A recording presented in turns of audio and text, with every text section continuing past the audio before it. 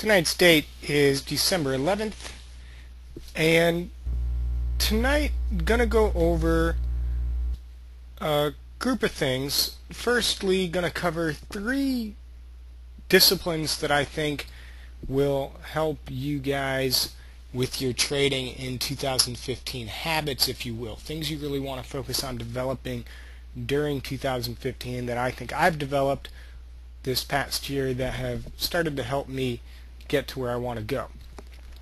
And then we're going to take a more detailed look at just the action in these momentum stocks, these primary stocks that I follow every day, because I think over the last month or so this price action might be hinting at a sign of things to come in the early part of next year.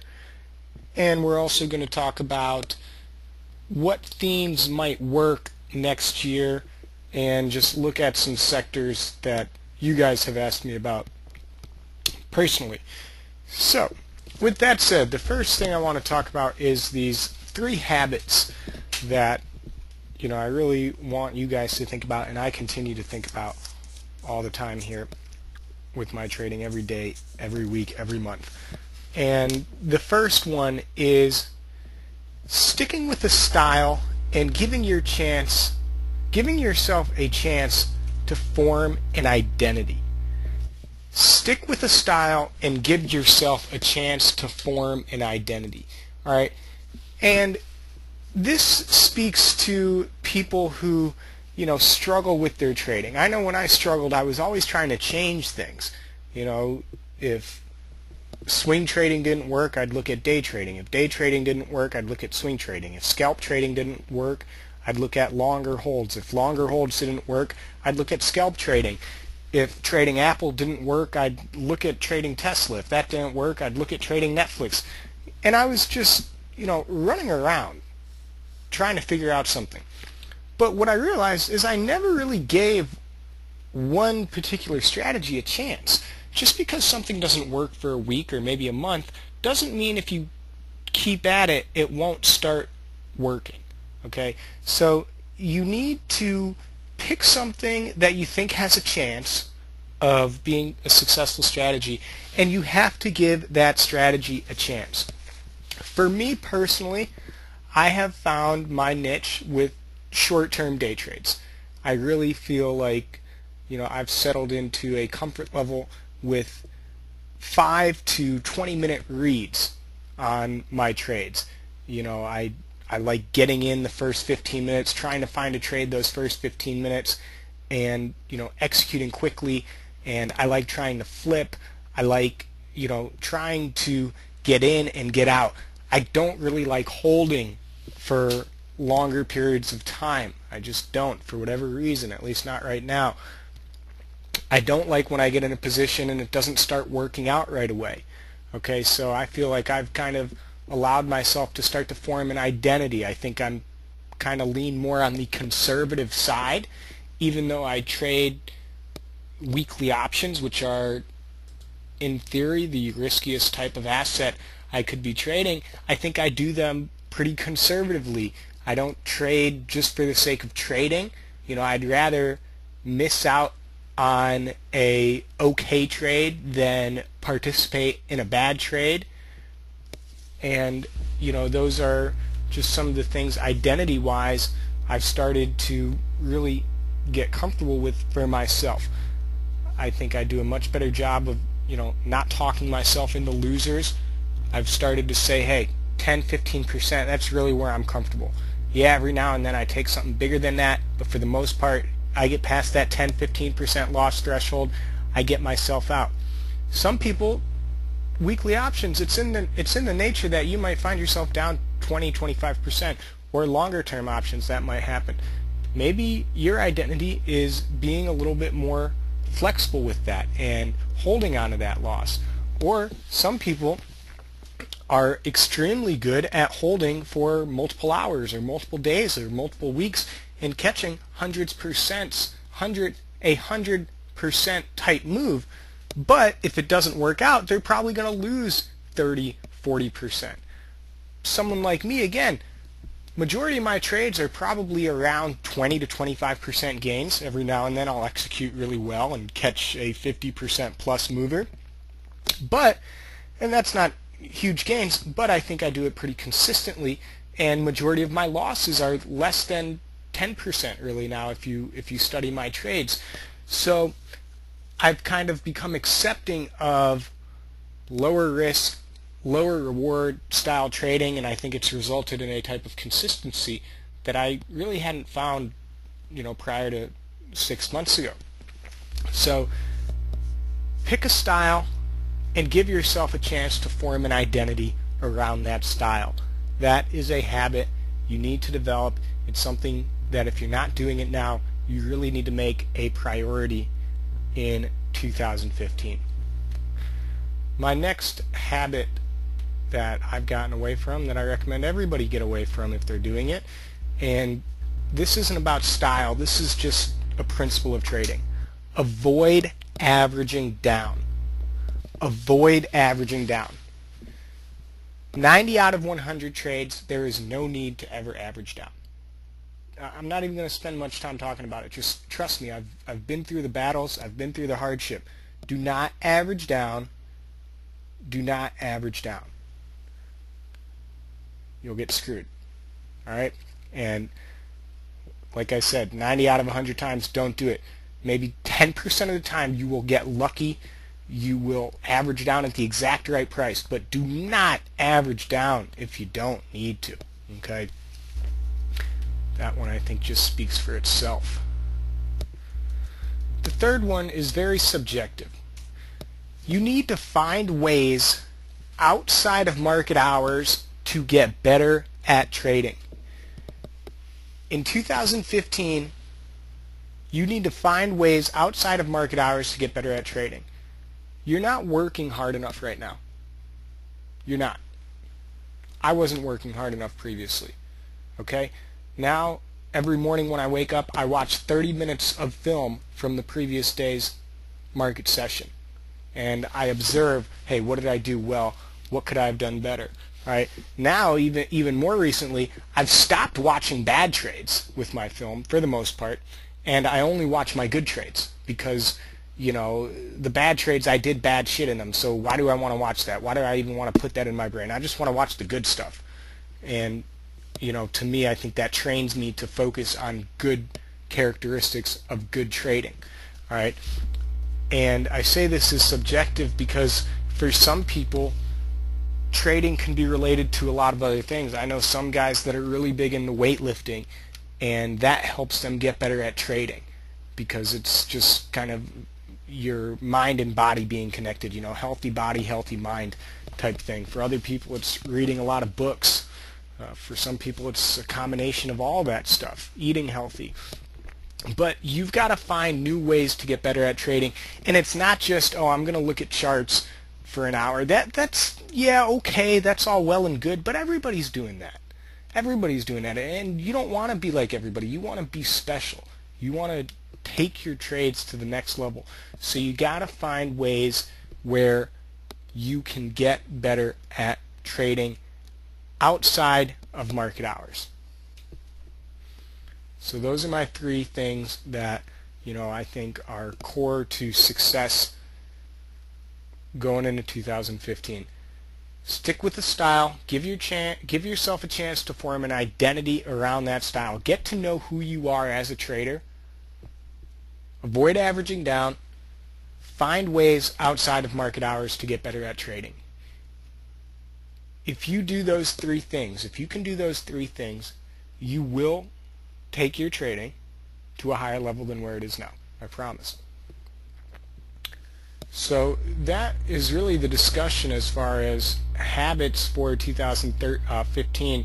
Now I thought about how much I wanted to go into because we could just talk about hours for habits you want to develop, but I wanted to pick three things that would make it easy for you guys to remember and focus on it, and three things that I really felt like were central to me doing well over the last 6 months. And it's those three things. I think I've identified a style. When you guys show up, you know what to expect from me. you know my style at this point. I mean, you guys who are brand new, you don't know it yet, but you guys who have been members, you know, Jeremy and Jeff for months, you know how I like to trade. You know on a day like today I wasn't going to make that many trades. You know when I'm being aggressive. You know when I enter a trade, all right, yeah, he's really going for something here. And you know when I'm being more conservative. And that's because I have an identity with myself, and that comes through to all of you guys. So you got to do the same thing. And the avoiding averaging down, you guys, when you watch me, I'd like to think very, very rarely do you ever see me average down. And thirdly, like I said, for me, getting better outside of market hours is really studying my film. I have an advantage since my trading is recorded every day. I'm able to watch everything I did, and I think that's a major advantage for me versus everybody else. So that's why I make sure to go back and look at it. But you guys have advantages too. You just need to really think about them and discover them. I wasn't watching film every day a year ago, all right, but I kind of a light went off in my head. I was like, dude, you have all this film here. Why aren't you watching this? You can get a lot better just by watching it, just like athletes are watching game film. So I'll open that section up to any questions if there are any. I know the things I'm going to cover after this are, we're going to talk about what sectors maybe look good for the early part of next year. I'm going to talk about oil a little bit because that's been a big story, and I'm going to talk about these momentum stocks that I follow. But before I do that, are there any questions on the habits discussion?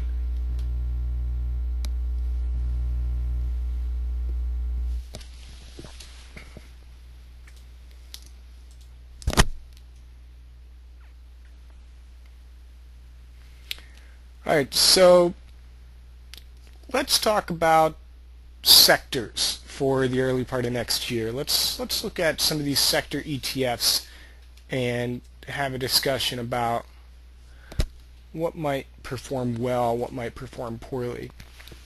So I'm just going to look at a couple of the sector ETFs, the XLs, which are the spider ETFs. Going to look at XLF right here.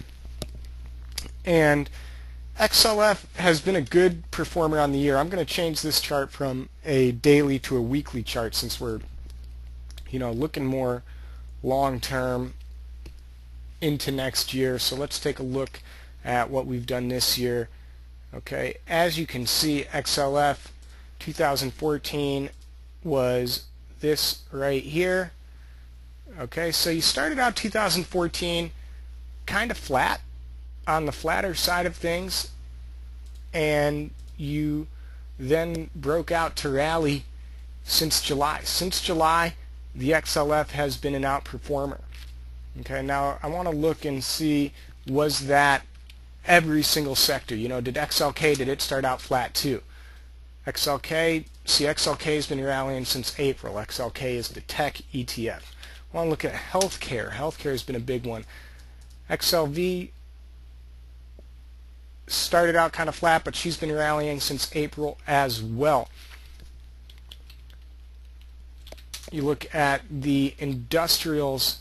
Industrials haven't had a great year. They entered the year around 52 on this ETF, and they're going to close the year around 55, it looks like. Look at the materials. Materials haven't had a great year. They entered the year around 46. They're going to close the year around 48. Utilities have had a pretty good year here. Entered the year around 37. They're going to be up around 46. So utilities have been very, very strong in 2014.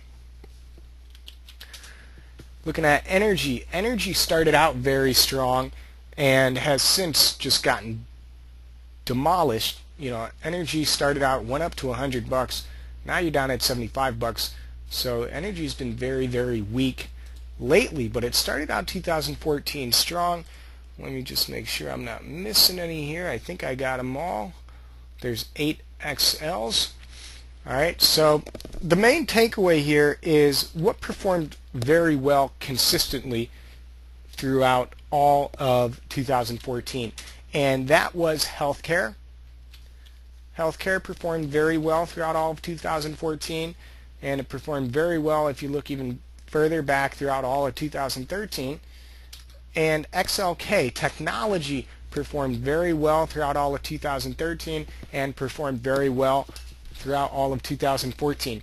So when looking for sectors that I think money will roll into, I would continue to look at the sectors where money has been, apparently, and that is healthcare and technology. Those two sectors seem to have separated themselves from the pack in terms of performance, and I like sticking with something that is working. So to me, I think you continue to favor upside in healthcare and technology until the trend changes. You need to roll over in these two sectors to have me doubting the trend here. Now, what's interesting about technology, and we'll touch on this when I talk about the momentum stocks, is yeah, technology's had a good year, but not every single technology stock has had a great year. So you do have to be somewhat selective. But healthcare, and we'll look at biotech as well through the IBB, you can see IBB's just been on a tear. It was on a tear of 2013, and it's been on a tear 2014. So again, the biotech healthcare area has been the best space. When you look at the banks are kind of interesting because they've been making a trend higher, but it's been somewhat of a slow trend higher. It hasn't had the same type of move as the XLV and XLK. You know, if you look at XLV at the end of 2012, it went into 2013 at 40 bucks, and now you're up here at 70 bucks. So you've rallied 75% in the XLV nicely, and XLK, you entered 2013 at 28, now you're up here at 21, so you're 41 rather, so we have rallied nearly 50%. Those are big strong moves. If you look at those, they are greatly outperforming. And I guess if you look at XLF, you know, you've had a good move. You entered 2013 around 16 bucks. You're up here now around 24 bucks. So you've actually rallied 50%, which is more than I thought off of the eye test. So I kind of take that statement back a little bit. Let me retract that the banks haven't performed as well as technology. They've performed as well as technology, but they haven't performed as well as healthcare. Healthcare, biotech has been a really strong performer relative to these other names. So I would throw banks in there. The banks, healthcare, and technology as three sectors that, you know, look well positioned into 2015. And then another sector that's not very exciting, but you look at this ETF, XLU, just a monster move this year from 37 bucks to 46 bucks. And that might not seem like a huge move, but if you were to look at the components of XLU, it's your Procters and Gambles and whatnot, they're not very volatile names. So the fact it's been able to have that type of performance with the kind of slow and steady type names is impressive. So utilities is maybe somewhere to look as well. But let's talk individual stocks in healthcare, financials, and tech. Just break it down. Look at a couple in each space. If you're looking for options trading in the financial space, then I like Goldman Sachs because it's the highest price financial stock, and options are typically pretty liquid. You can see GS has been making a very good move. It's currently right up near its, is this an all-time high? Let's check. Did you get a, okay, so not yet an all-time high, but you know, the 2008 high is where it's testing. It's where it looks like it wants to go. All right, so I like Goldman Sachs if it can continue to stay up here around 200 bucks. Goldman Sachs looks very good. Hasn't gotten hit that hard this week with the market falling. I also like, let's see, there was one of them I looked at. Here we are. Morgan Stanley, MS. Morgan Stanley, you look at it and it is getting well above its early 2014 high, okay, which was around 33 bucks. It's up to 37, so you're getting some 10% extension. And not all of the stocks are doing that. If you look at Citibank, for instance, in the financial space, its early year high was right around 55. You look at where it is now, it's still testing right around 55. You look at JP Morgan, I believe it's the same thing. Yeah, JP Morgan's early year high is right around this $60 level. It's still right around this $60 level.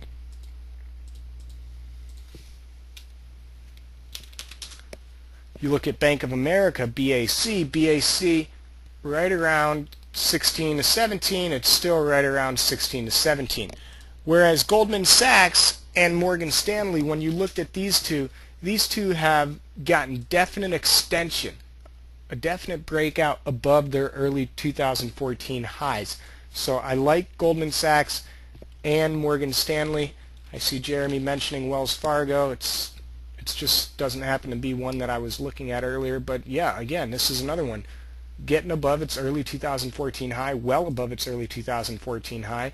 So I would group it in the same category as Goldman Sachs and Morgan Stanley. Goldman Sachs, Morgan Stanley, Wells Fargo. Those are three financials that look really good.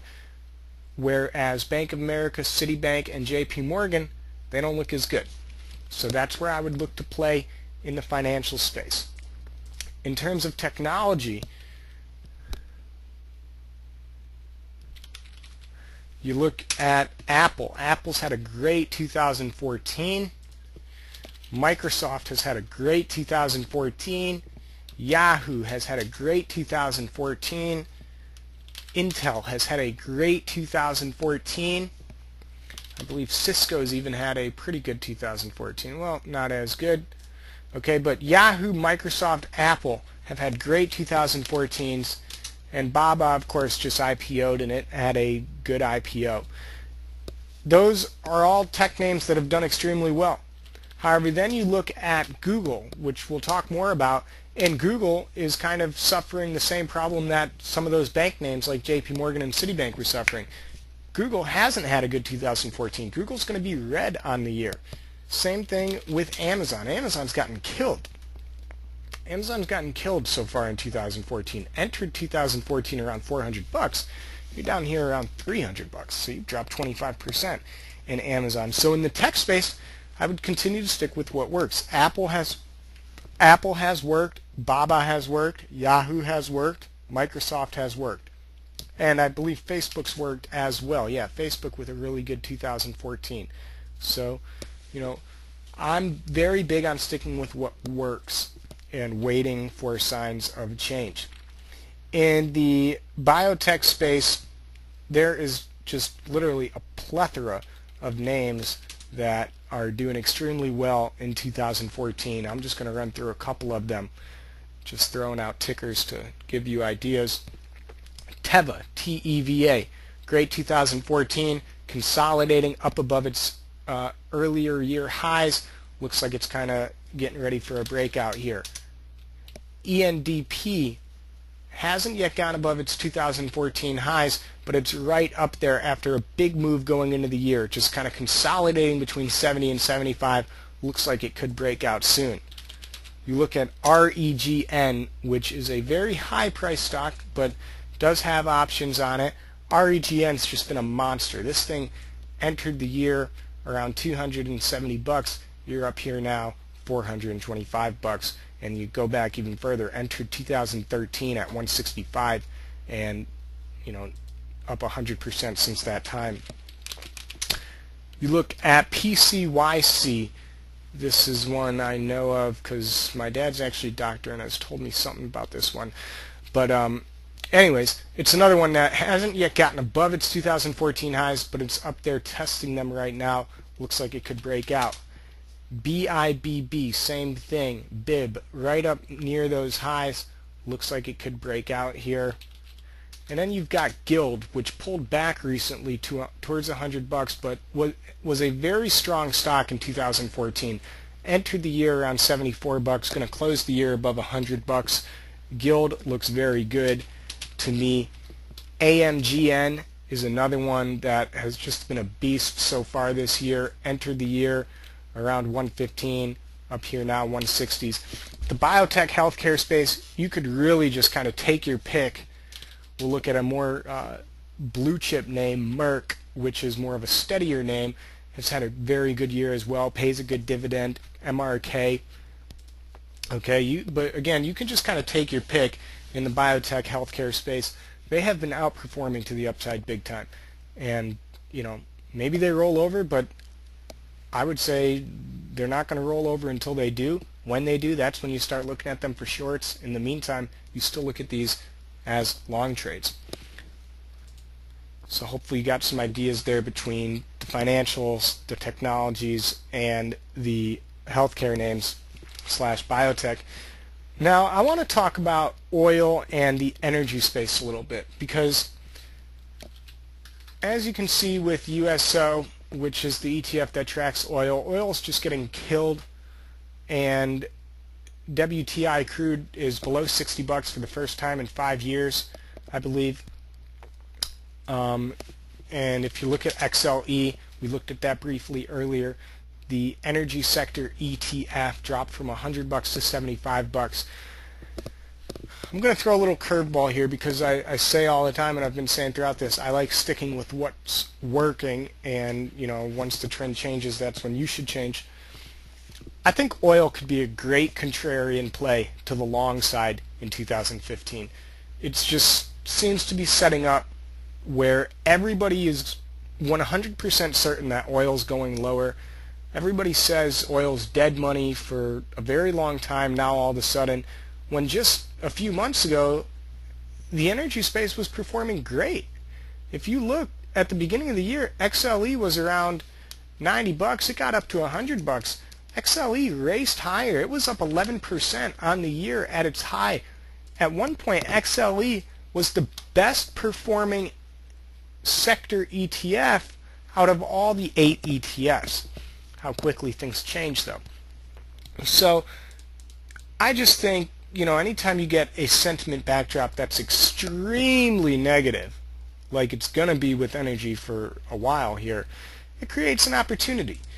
And one stock that I've got my eye on in the oil space is this PXD, Pioneer Natural Resources. This stock's just about gotten cut in half. This was a $235 stock as recently as July, and now it's down here to $130. You can see it's coming back down towards a big base of support around the 100 to 120 level, and it's just been a knife here. I'm looking at PXD. I think it's a good stock. I've done some light fundamental research on it. I'm not a big fundamental guy anyway. I just like a stock that used to be $230. Now it's about to be $120. So I'm looking at PXD. Another stock that has gotten killed that Warren Buffett owns a large stake in, which is the only reason I know about it, is this NOV. NOV, they went public earlier this year.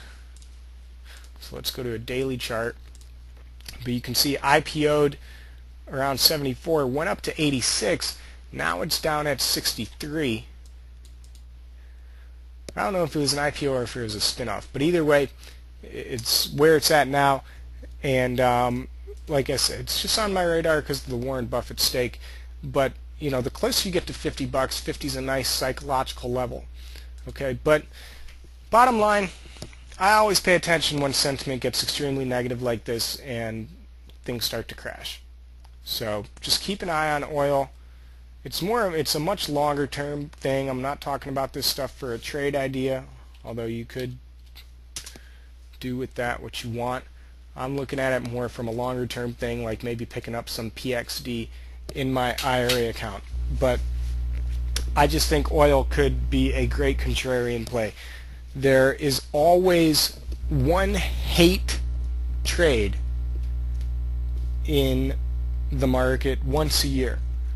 Meaning, by hate trade, I mean the trade that going into the year everybody is certain is not going to work. I remember going into 2013, you had to stay away from social media stocks. Facebook, Twitter, LinkedIn, Groupon, Yelp, all those were going to just be god-awful trades in 2013. And we're looking at a weekly chart of Facebook right now, and you can see in 2013 it did eventually go lower, and of course in 2012 Facebook tanked off of $40 down to $20. So that's kind of what set the stage for the social media hate. Was it was going to be a bad play. You look at something like Yelp. Yelp also tanked in 2012, and that set up a hate trade in 2013. Well, all Yelp did in 2013 was go from $20 to $50, and all Facebook did in 2013 was go from $25 to, geez, where'd you end up finishing on Facebook? $55. Okay, LinkedIn tanked in 2012, or tanked going into 2012.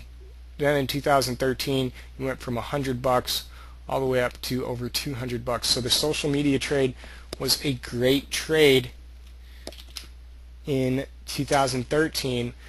And then I remember last year, going into last year, it was the airlines. The airlines were starting to creep up in 2013, but it was kind of like, well, why are the airlines going to do well? Oil's going to go higher. That was a big theme for 2014. The economy is going to recover, and oil is going to go higher. That's going to pressure the airline stocks. The airline stocks, I don't know this for sure. I haven't checked the exact numbers, but they've got to be one of the best performing sectors of 2014. You look at Southwest, LUV, the stock went from $15 to $40 now. You look at United Airlines, we've gone from $40 to $65. You look at Delta, you've gone from around 25 to nearly 50. Look at American Airlines, you've gone from 25 to 50. You look at Spirit Airlines, which I think just actually tanked. Yes, it did. But even with this tank job this past week, you still are up around $70 from 45-ish or so. So the airlines have been a great sector in 2014. I'm not saying I like the airlines. I'm not saying I like social media. I'm using these as examples to describe that these were two sectors that everybody said stay away from. Sentiment was extremely negative, and yet look how they've done. And that, to me, is similar to the landscape in oil right now.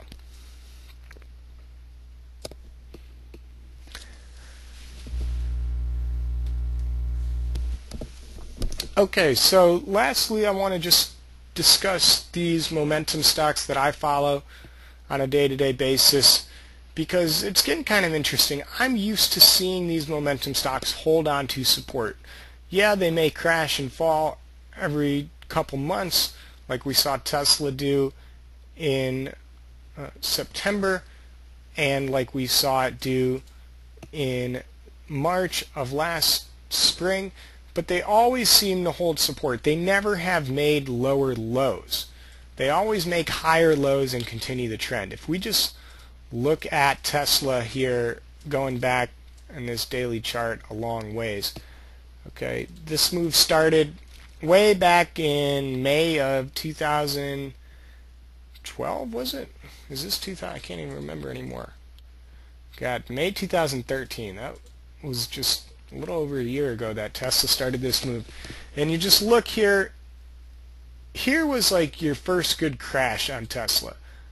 It was in July when you went from $100 to 133, and then in 2 days you went from 133 down to 105, so basically down to 100. So you dropped 30% in 2 days, just about. That was your first lower low, was right around 105. And you move forward here, or not lower low, that was your first key low. Then you got up to 194 and you crashed again. But you came down to 116, so technically you stayed above that 105 low, right?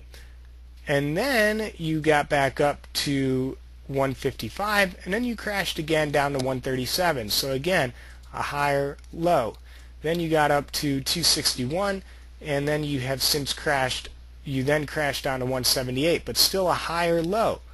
And then you made new highs in September up to 281, but then you crashed down to 217, and that had been yet again another higher low. Well, just now we finally got a lower low, and I wonder what's up with that. That's kind of weird, right? I haven't seen a lower low since the stock started really moving to the upside in a big way, and we just got a lower low. So that could be a problem for Tesla going into 2015. Tesla could be in some trouble. We've got the same thing here with Netflix that might be about to happen. I'm not going to go through all the details, but it's just the same thing as Tesla. It's always recovered from crashes and always set higher lows. Well, you look at Netflix, the most important higher low was the May low at around $300. Now, we're still above that low, but you can see it's getting awful close here. If we start coming below this 330 area, you're going to go for a test of that 300 low, and you might then make a new lower low in Netflix as well, which would be in line with Tesla as far as kind of being concerning. Amazon, the lower lows started way earlier in the year than Netflix or Tesla.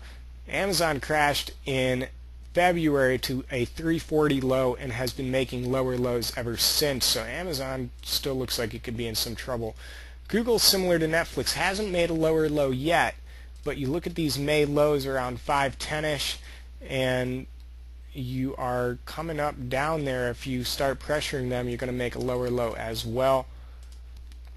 And you look at Priceline. Priceline went below its May low here in October, and wouldn't be surprised if you see Priceline challenging that October low. So bottom line is, the price action in the market has been to the upside consistently in 2014, 2013, 2012. In all of these stocks, it had also been to the upside for each of the last few years. But this year, something changed.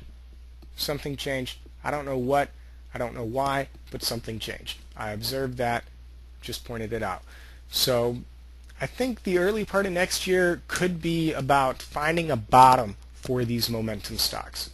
That's a theme that I'm going to have, in the back of my mind here as we start out. I've been coming into each day for the last couple weeks kind of short biased, and the short trades are working. We saw them ultimately continue to work again today.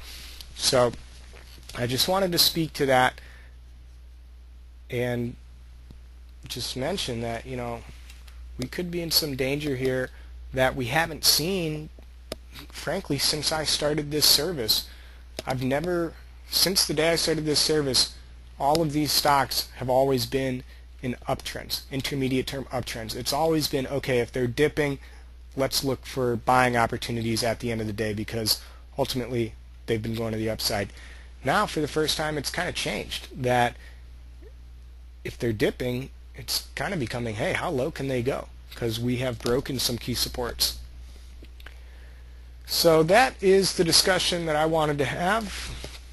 I'm talking about habits for 2015, looking at the sectors for you guys. Talked about oil, and then talking about these momentum stocks that I trade. So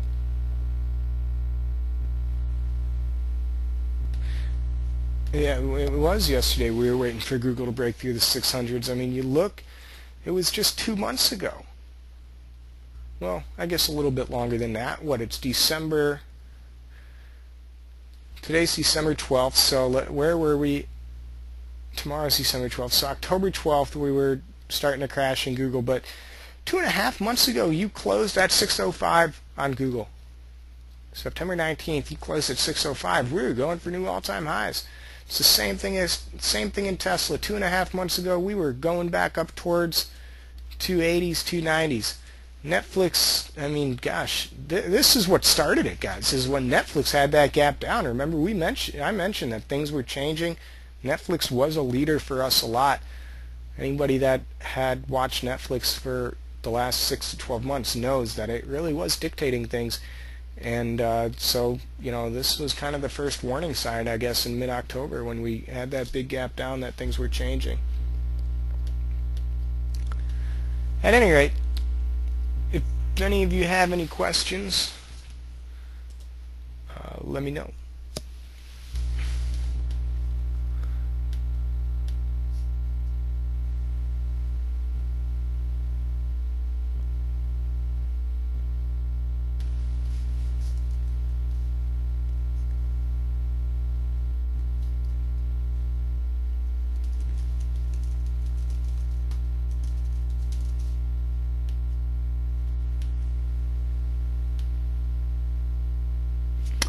Speaking of habits, how long maximum do I like to stay in a trade before exiting? Again, for me, maximum usually isn't more than a day, and that's pretty rare too, as you've probably already seen. I mean, maximum for me is usually at the most 30 to 60 minutes. Now, the times it's been different is when I get into a position, and this isn't often, maybe once every couple months I'll do this. I'll take a next week call or put on something. A trade on Google from a couple months ago comes to mind for me, that I had a next week's put on and it worked out, and I think I was in that for like 2 days. But in general, I don't like staying in for more than 30 to 60 minutes. I start to get kind of jittery after that. Now, if it's a spread trade, which I've only done a couple of times, I will take that overnight and take it day by day, but that's because I have much lower risk. If I'm going to buy premium or short premium, I'm generally looking to execute that trade within 30 to 60 minutes, and many times much quicker. I mean, you look at my orders today, the winning trade I made on Tesla when I got out of calls. Well, let's look at the calls first. If we just go over here. So I got in Netflix at 9:33, exited at 9:36. Then I jumped into Tesla at 9:43, exited at 9:48. And then I got in calls right away, added another one 2 minutes later. So between 9:49 and 9:51, I took my position. And then I was out within the next 5 minutes.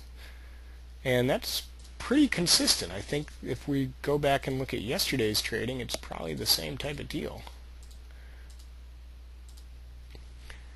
Yesterday I was in at 9:32, out at 9:33, in at 9:49, out at 9:51, in at 9:58, out at 10:05. This week's been a little bit choppier. Let's look at last week. Let's look at last Tuesday and see what my orders look like, but it's probably kind of the same thing. What you mean, boy? It's not. Okay, so last week on Monday I was in a position at 9:36 and I exited between 9:40 and 9:41. Then I got in at 10:04, got out at 10:12, got in at 10:24, got out at 10:39. That was when I shorted premium. So when I short premium, I'm in for a little bit longer, it looks like. Next day, in at 9:32, out at 9:38. So I mean, that's who I am. You know, I mean, I'm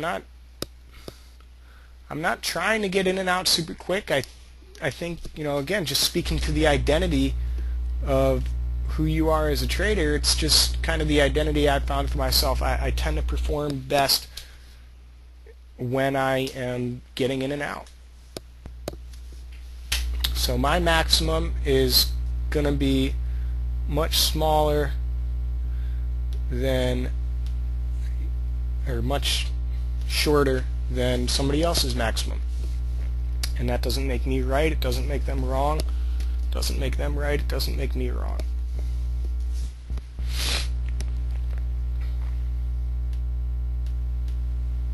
Any other questions?